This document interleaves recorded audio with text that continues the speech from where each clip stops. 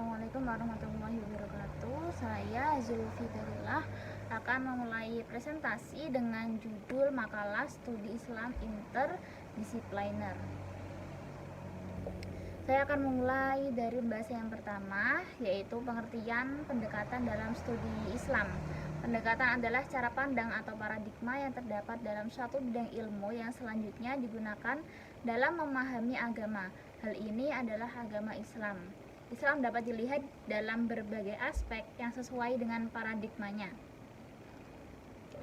Kemudian pendekatan interdisipliner dalam studi Islam.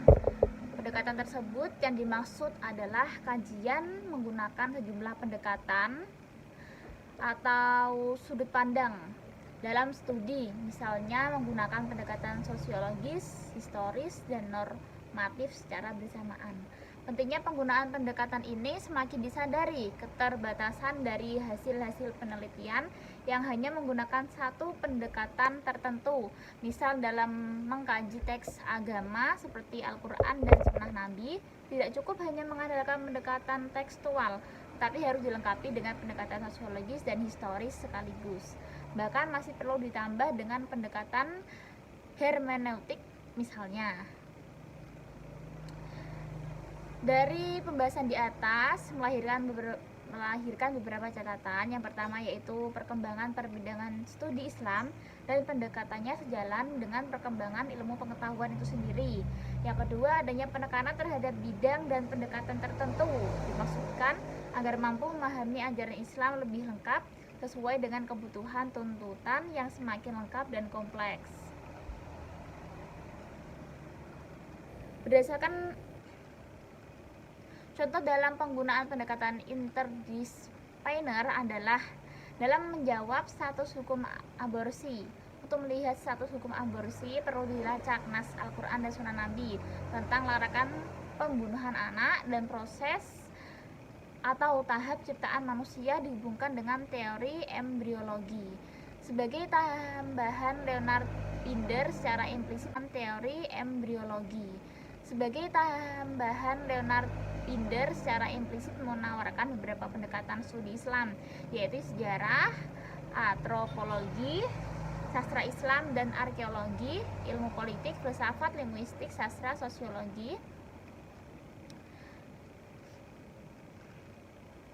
dan ekonomi. Dari pembahasan ringkas tentang pendekatan yang dapat digunakan dalam studi Islam, ada beberapa catatan. Yang pertama, sejumlah teori memang sudah digunakan sejak lama oleh para ilmuwan klasik, meskipun teori-teori tersebut mengalami perkembangan. Yang kedua, ada beberapa teori yang mendapatkan penekanan pada beberapa dekade terakhir. Beberapa pendekatan interdisipliner, yang pertama yaitu pendekatan filsafat. Yang filsafat itu berasal dari kata philo yang berarti cinta, atau kata sophos yang berarti cinta, dan kata sophos yang berarti ilmu atau hikmah. Secara terminologi, filsafat berarti cinta terhadap ilmu atau hikmah. Istilah filsafat dapat ditinjau dari dua segi berikut. Yang pertama, segi semantik, yaitu filsafat berasal dari bahasa Arab yaitu falsafah. Kemudian segi praktis, yaitu filsafat adalah alam pikiran yang artinya bersifat berpikir. Peran lingkup filsafat merupakan induk dari segala ilmu yang terdiri dari gabungan ilmu khusus. Dalam perkembangan ilmu-ilmu khusus atau satu demi satu memisahkan diri dari induknya, yaitu filsafat. Peran lingkup filsafat berdasarkan struktur pengetahuan yang berkembang dapat dibagi menjadi tiga, yaitu yang pertama, filsafat sistematis terdiri dari metafisika, epistemologi, metodologi, logika, etika, estetika. Filsafat khusus terdiri dari filsafat seni, kebudayaan, pendidikan, bahasa, sejarah, budi pekerti, politik, agama, kehidupan, nilai, keilmuan. Filsafat keilmuan terdiri dari ilmu statistik. Filsafat psikologi terdiri dari ilmu-ilmu sosial. Dalam studi filsafat, untuk memahami secara baik, paling tidak kita harus mempelajari 5 bidang politik, yaitu metafisika, epistemologi, logika, etika, dan sejarah filsafat.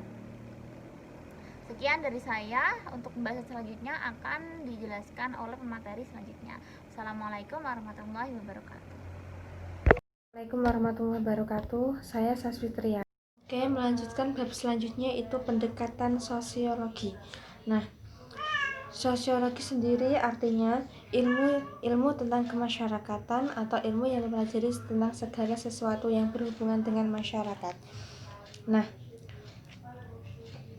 sosiologi didefinisikan secara luas sebagai bidang penelitian yang tujuannya untuk meningkatkan pengetahuan melalui pengamatan dasar manusia dan pola organisasi serta hukumnya. Nah, sosiologi juga dapat diartikan sebagai suatu ilmu yang menggambarkan tentang keadaan masyarakat lengkap dengan struktur, lapisan, serta berbagai gejala sosial lainnya yang saling berkaitan. Nah, sosiologi sendiri digunakan sebagai salah satu pendekatan dalam studi Islam yang mencoba untuk memahami Islam dari aspek sosial yang berkembang di masyarakat.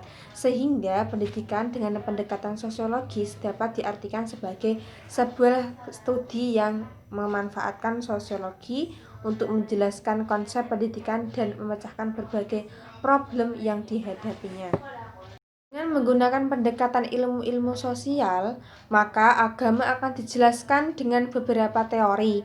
Misalnya, agama merupakan perluasan dari nilai-nilai sosial. Agama adalah mekanisme integrasi sosial. Agama itu berhubungan dengan sesuatu yang tidak diketahui dan tidak terkontrol, dan masih banyak lagi teori lainnya. Pada intinya, pendekatan ilmu-ilmu sosial menjelaskan aspek empiris orang beragama sebagai pengaruh dari norma sosial. Agama dalam pendekatan fungsional sosiologi. Nah, teori fungsional memandang agama dalam kaitan dengan aspek pengalaman yang mentransendisikan sejumlah peristiwa eksistensi sehari-hari, yakni melibatkan kepercayaan dan tanggapan terhadap sesuatu yang berada di luar jangkauan manusia. Nah, oleh karena itu, secara sosiologi, agama berada di luar jangkauan manusia.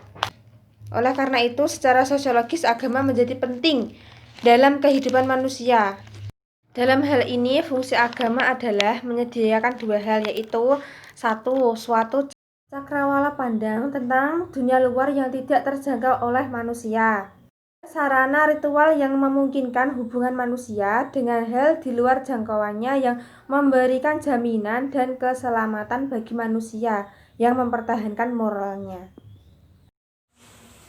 Assalamualaikum warahmatullahi wabarakatuh. Saya akan meneruskan penjelasan dari Mbak Sasfitriana, yaitu mengenai pendekatan sejarah. Pengertian pendekatan sejarah dalam bahasa Arab, kata sejarah disebut tarikh yang secara harfiah berarti ketentuan waktu, dan secara istilah berarti keterangan yang telah terjadi pada masa lampau, masa yang masih ada. Jadi, sejarah adalah ilmu yang membahas berbagai masalah yang terjadi di masa lampau, baik yang berkaitan dengan masalah sosial, politik, ekonomi, budaya, ilmu pengetahuan, kebudayaan, agama, dan sebagainya. Kemudian, melalui pendekatan sejarah, ditemukan informasi sebagai berikut. Yang pertama yaitu sejak kedatangan Islam, umat Islam tergerak hati, pikiran, dan perasaannya untuk memberikan perhatiannya yang besar terhadap penyelenggaraan pendidikan. Yang kedua, model lembaga pendidikan Islam yang diadakan oleh umat Islam adalah model lembaga pendidikan informal, non-formal, dan formal. Yang ketiga, lembaga pendidikan yang dibangun umat Islam bersifat dinamis, kreatif, inovatif, fleksibel, dan terbuka untuk dilakukan perubahan dari waktu ke waktu. Yang keempat, melalui pendekatan sejarah, diketahui bahwa di kalangan umat Islam telah terdapat sejumlah ulama yang memiliki perhatian untuk berkiprah dalam bidang pendidikan. Yang kelima, melalui pendidikan sejarah dapat diketahui tentang kehidupan para guru dan pelajar.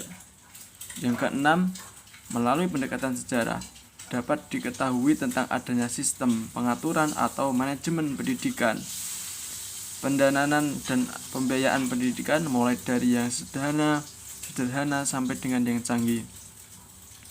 Pendekatan sejarah dalam mempelajari Islam merupakan profil campuran, yakni sebagai dari praktek tersebut ada yang dipengaruhi oleh sejarah dan ada pula yang dipengaruhi oleh adat istiadat dan kebudayaan setempat.